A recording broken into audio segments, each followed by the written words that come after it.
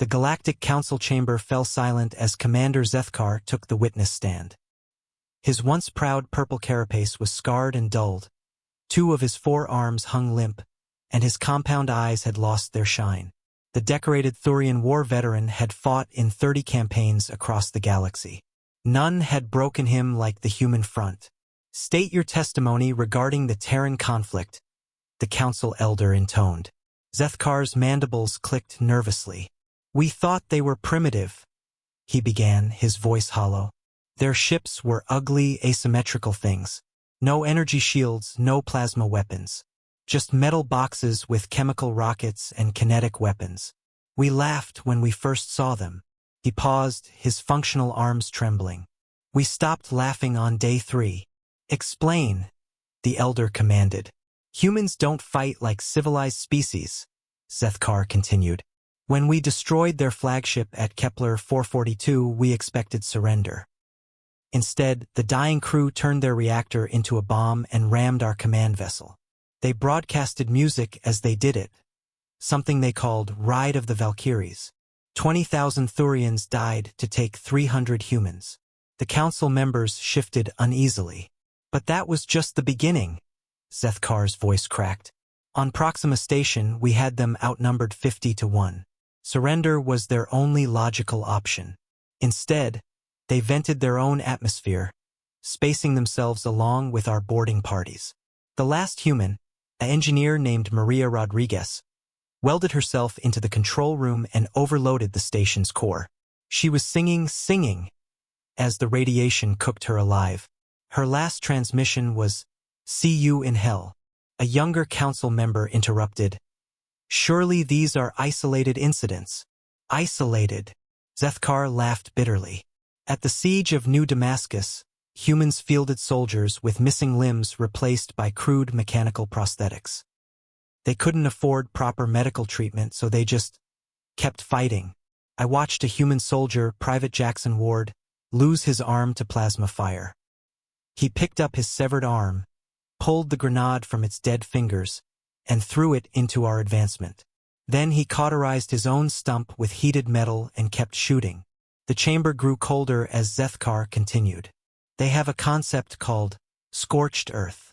When we took their colony on Harvest Prime, they poisoned their own water supplies, burned their own cities, destroyed everything that could be useful.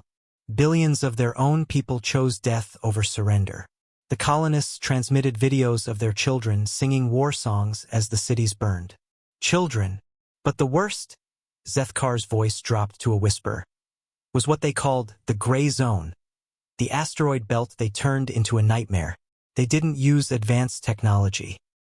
They used debris, metal shrapnel, and primitive mines made from their own waste products. Our shields, designed for energy weapons, were useless. They'd float among the wreckage in suits. No life support beyond oxygen tanks, waiting days or weeks to ambush single ships. Sergeant Eric Johansson survived 2 weeks in vacuum, eating nutrient paste and breathing recycled air, just to plant 1 bomb on our supply ship." The elder leaned forward. "What of their command structure? Surely eliminating leadership would." "They don't need leaders," Zethkar interrupted, breaking protocol. "Every human soldier carries something called general orders. If command falls, they keep fighting. If those fall, they follow something called human instinct. We killed their entire command structure at Terra Nova. The survivors formed something they called a militia. Farmers and teachers with improvised weapons who fought until their ammunition ran out, then fought with blades, then with their bare hands." He looked directly at the council. "I've seen the Zarxian hives, fought the Mechanoid Collective. Nothing prepared me for humans. They turned cargo ships into ramming vessels.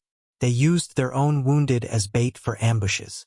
They broadcast their location to draw us into traps, sacrificing themselves to destroy single targets. In my last battle," Zethkar's voice broke completely, "we cornered a human unit in a dead-end canyon. 60 soldiers out of ammunition, no escape possible. Their commander, Colonel David Morrison, sent us one message: remember the Alamo. We didn't understand. Then they charged. 60 humans with rocks and steel bars against our plasma cannons. It should have been a massacre. It was, but not the way we expected. They knew they would die. They came anyway. The psychological damage to our troops was irreversible. Zethkar stood, his scars visible to all. We thought they were primitive because they used bullets instead of energy weapons. We were wrong. They're not primitive, they're primal. There's a difference. Withdraw from human space. Whatever we want from them isn't worth what they'll do to get it back. The testimony ended with silence that spoke louder than screams.